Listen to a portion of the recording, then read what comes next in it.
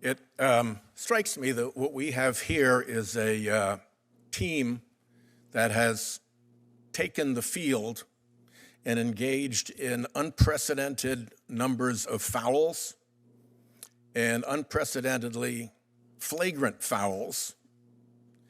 And when the refs blow the whistle on the unprecedented number of fouls, the partisans of the team committing the fouls call out the referees for the unprecedented number of whistles that they blow. To try to level set this, let me ask if you can do a yes or no answer. Let's try to go right down the panel, yes or no. Is it appropriate to call judges USA-hating monsters who want our country to go to hell? No. No. No, Senator. In general, no, Senator. And is it appropriate to call judges lunatics who do not care even a little bit and could very well lead to the destruction of our country? I don't think so. No. No. And is it appropriate to post pictures of judges' children with the intent to incite harassment and threats? No. No. No. Okay, good. We're off to a level set. I'll take that. Professor Alessia, when you were installed in your chair, the announcement was that the chair was made possible through the generosity of Leonard Leo, trustee of both the Marble Freedom Trust and Catholic University. Is that accurate? Is that who funded your chair?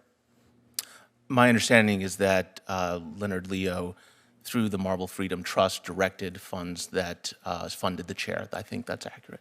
And with respect to your chair, Mr. Blackman, $1 million was given to fund it through an anonymizing organization called Donors Trust, which has been called the ATM of the far right. Do you know who was behind that Donors Trust laundered donation? I appreciate the question, Senator. I would direct all these to my college to answer. I'm sorry, first of all, your mic's not on. No, I appreciate the question, Senator. I direct all these questions about this to my college. Thank you. My question is actually to you, and it's whether you know. Do you know who was behind that donation? I appreciate the question. Anonymous gifts are as they are, and I appreciate all those questions directed to my college.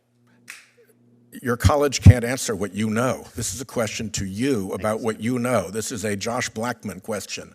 Do you know who funded your chair? I've answered the question. Yes or no? Thank you, Senator.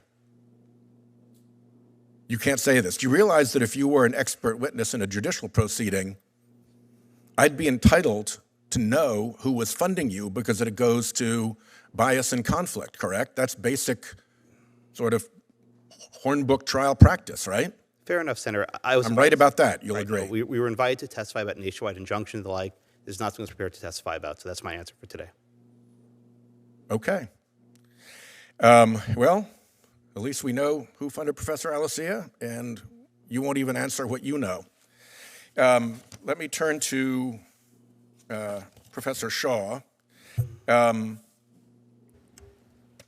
Let's just say that this activity today is designed to whip up more animus against courts, and that it adds to the atmosphere of threats that the court is now experiencing. I think we're up to, is it 162 threats to judges, which is pretty impressive.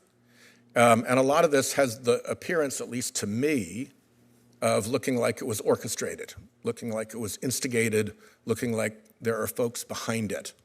So presumably, the Marshal Service should be not just protecting the judges and their family members, but also investigating the sources of the threats.